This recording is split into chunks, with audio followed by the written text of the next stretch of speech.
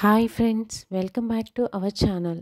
అద్విక్ తన గదిలో కూర్చొని ఫోన్ చూస్తూ ఆడుకుంటూ ఉన్నాడు. అది గమనించిన తన తండ్రి కిటికీలో నుంచి చూసి నేరుగా గదిలోకి వచ్చి, అద్విక్ ఫోన్లో ఏం చూస్తున్నావు అని అడిగాడు. అప్పుడు అద్విక్, ఏం చూడట్లేదు నాన్న అని అన్నాడు. సరేలే, మనం రేపు పొద్దున్నే నా ప్రాణ స్నేహితుడైన అరుణ్ అంకుల్ మరణించడంతో కావున మనం అక్కడికి ఉదయాన్నే లేచి వెళ్ళాలి అని చెప్పాడు.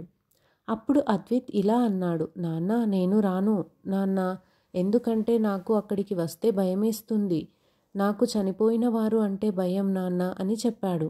అప్పుడు అద్విత్, నాన్న ఏం అవ్వదులే, మరి నేను అమ్మ వెళితే నువ్వు ఒక్కడివే ఎలా ఉంటావు? అవునా, అయితే సరేలే వస్తాను నాన్న అన్నాడు. అలా అందరూ పడుకుని ఉదయాన్నే లేచి తన ఫ్రెండ్ అయిన అరుణ్ ఇంటికి బయలుదేరి వెళ్ళారు.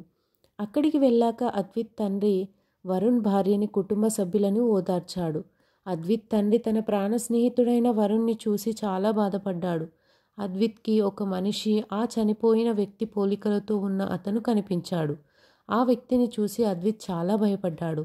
అలా అక్కడ కార్యక్రమాలు ముగిసిన తరువాత వారు ఇంటికి వస్తున్నారు. మళ్ళీ అదే వ్యక్తి వీరు వచ్చే దారిలో కనిపించాడు. అలా అతను పదే పదే ఆ వ్యక్తిని చూస్తూ ఉండడంతో చాలా భయపడుతూ ఉన్నాడు అద్విత్. ఆ దృశ్యం చూసిన అద్విత్ దేవుడిని ప్రార్థిస్తూ ఉన్నాడు. రోజు రోజుకి తన లోపల భయం పెరుగుతూ వచ్చింది. అలా రోజు నల్ల పిల్లిలు చూసినా, ఏవి చూసినా భయపడుతూ ఉండేవాడు అద్విత్. తన కొడుకు ప్రవర్తన మారడంతో తల్లి తండ్రి ఆందోళనకు గురి అయ్యారు. అద్విత్, ఏమైంది నాన్న, ఎందుకలా ఆలోచిస్తున్నావు అని అడిగారు. దేవుణ్ణి పదే పదే ప్రార్థిస్తూ కూర్చుంటున్నావు, ఏమైనా ఉంటే చెప్పు అని అడిగారు. అద్విత్ మాత్రం ఆ విషయాన్ని తన తల్లిదండ్రులతో చెబితే అలా ఏమీ ఉండవు అని, అతనికి నచ్చ చెప్తారు అని వారితో చెప్పలేదు. అప్పుడు వాళ్ళు అమ్మా నాన్నకి ఏం లేదు నాన్న, నేను బాగానే ఉన్నాను అని చెప్తూ వచ్చాడు. కానీ తనలో మార్పుని తల్లిదండ్రులు గమనించి తనని సైకియాట్రిస్ట్కి దగ్గరికి తీసుకెళ్లారు. సైకియాట్రిస్ట్ మాత్రం చాలా రోజులుగా ట్రీట్మెంట్ చేసినా తనకి ఏం సమస్య అర్థం కాలేదు. ఒకరోజు కూరగాయలు తేవటానికి తన తల్లితో బయటకు వెళ్ళాడు అద్విత్. అక్కడ కూడా అదే వ్యక్తిని చూసి ఇంకా భయపడిపోయాడు.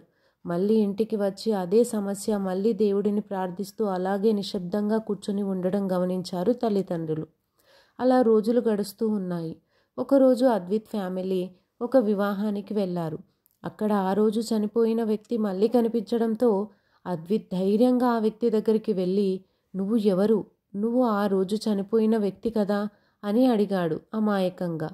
అప్పుడు ఆ వ్యక్తి గట్టిగా హా హా హా అని నవ్వి ఇలా అన్నాడు, అవును, ఆ రోజు చనిపోయిన వ్యక్తి నాలా పోలికలు ఉన్నాయి తప్పితే నేను ఆ మనిషిని కాదు అని చెప్పాడు. అంటే నేను చనిపోయిన వ్యక్తి ఇద్దరము కవలలము అని చెప్పాడు. అది విని కోపం వచ్చిన అద్విత్ అక్కడి నుంచి కోపంగా వెళ్ళిపోయాడు. అప్పటి నుంచి తనలో ప్రవర్తన మారి మామూలు మనిషిగా ఉండటం ప్రారంభించాడు. ఎవరైనా సరే ఏదైనా చూసి వెంటనే భయం చెందకుండా దాని వెనకాల ఉన్న వివరణ క్లుప్తంగా తెలుసుకుని ముందుకు వెళ్ళాలి తప్ప భయపడి ఇలాంటి సమస్యలకు లోనవ్వరాదు. Thank you friends. మీకు కనుక ఈ వీడియో నచ్చితే తప్పకుండా సబ్స్క్రైబ్ చేసుకోండి. Thank you for watching.